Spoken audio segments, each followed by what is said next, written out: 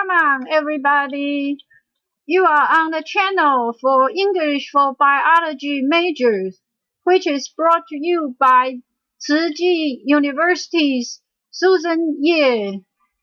We hope after you learn this class, you will think biology is fun and to read biology book is piece of cake. Let's go, yay! Hello everyone. Today we are going to start with lesson 20, which are suffix and prefix that are related to human. But first, let's review what we learned last time. For spore, we could use this prefix, sporo, S-P-O-R-O. And for seaweed, there's phyco, P-H-Y-C-O, this prefix to use. And for soil, we could use geo, G-E-O. And for mud, we could use Paleo, P-E-L-O. As for sand or sand-like structure, we could use samo, P-S-A-M-M-O. And for island, we use insulo, I-N-S-U-L-O.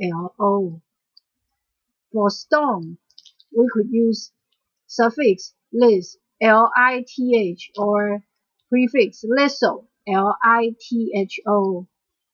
Now let's start with lesson 20, which are prefix and suffix that are related to people. For human being, when we want to describe things that are related to human being, we use this prefix, anthropo, A-N-T-H-R-O-P-O. Our example is anthropoid. Anthropoid, as shown in this picture, is any of the suborder of higher primates, as like monkeys or marmosets.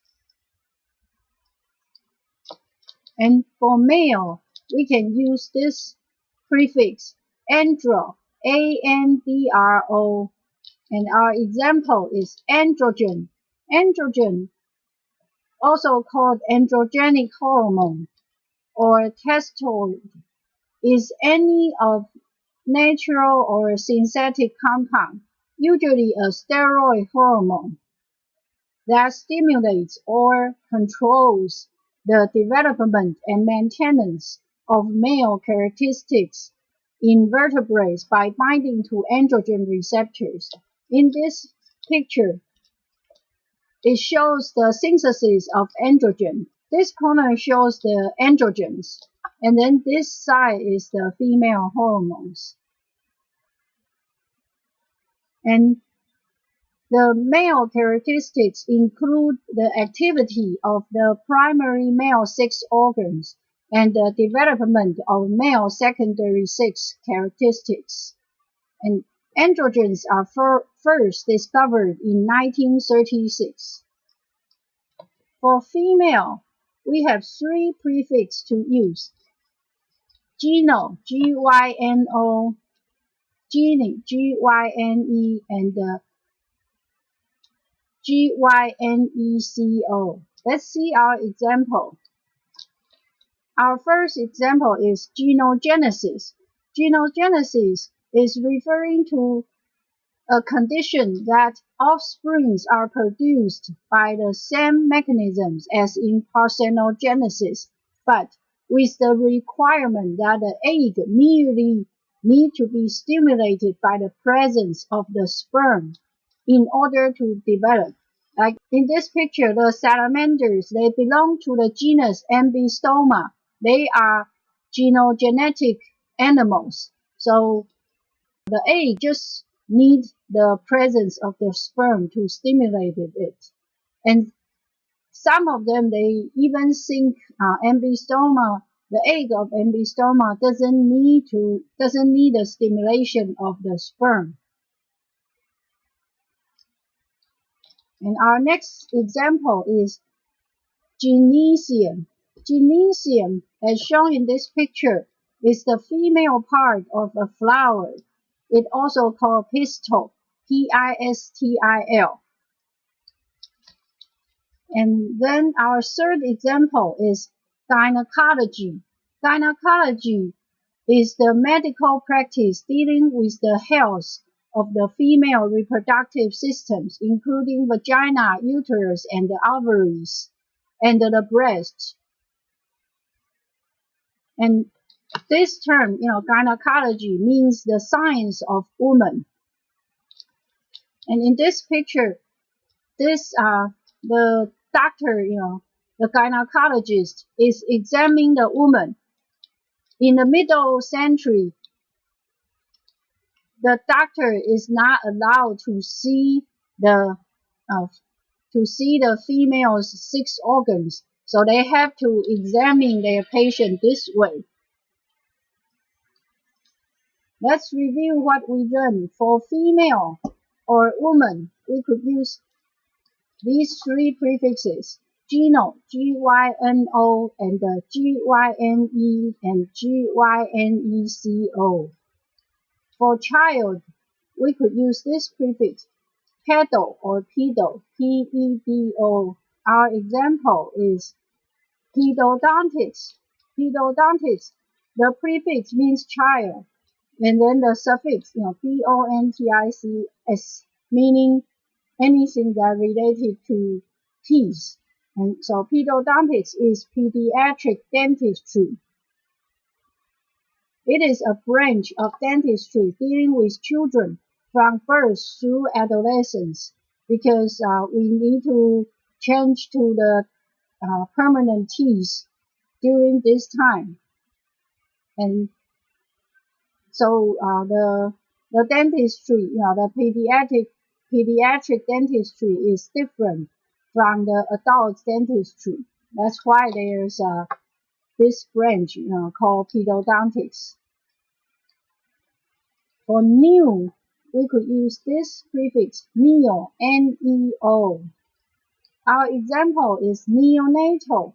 Neonatal is an infant, but specifically referring to the infant for the first month after birth. And the same prefix can also be used as referring to immature. And for old, we can use this prefix, paleo, P-A-L-E-O. And our example for paleo is Paleo Pathology.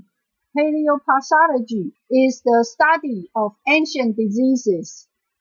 Studying the pathology of ancient people, like in this picture, she is going to examine this mummified body with MRI to see the abnormalities in biological individuals and systems, maybe intrinsic to the system itself, or caused by an extrinsic factor, and it becomes a new branch of science, because sometimes, in the history, maybe they say this king is died from some kind of disease, but then when we exhumed his body, we could use different instruments to examine his body to see if what they say is true. Okay, now we finish the first part of lesson 20. Let's review what we learned this time. For human being, we can use anthropo, A-N-T-H-R-O-P-O. And for male, we use this andro, A-N-D-R-O. And female or woman, we can use one of these 3 prefixes, Geno, G-Y-N-O, and G-Y-N-E, and G-Y-N-E-C-O. For child, we could use pedo, P-E-D-O, or pedo. And for new, we could use this neo, N-E-O. And immature also use the same prefix. For old, we could use paleo, P-A-L-E-O. Now we finish the first part of lesson 20. Next time when we come back, we'll finish the rest of the lesson 20 and also giving out a quiz. See ya! English for Biology Major is brought to you by TCU's English for Biology Major course team. If you have any questions, don't forget to visit our FB fans page.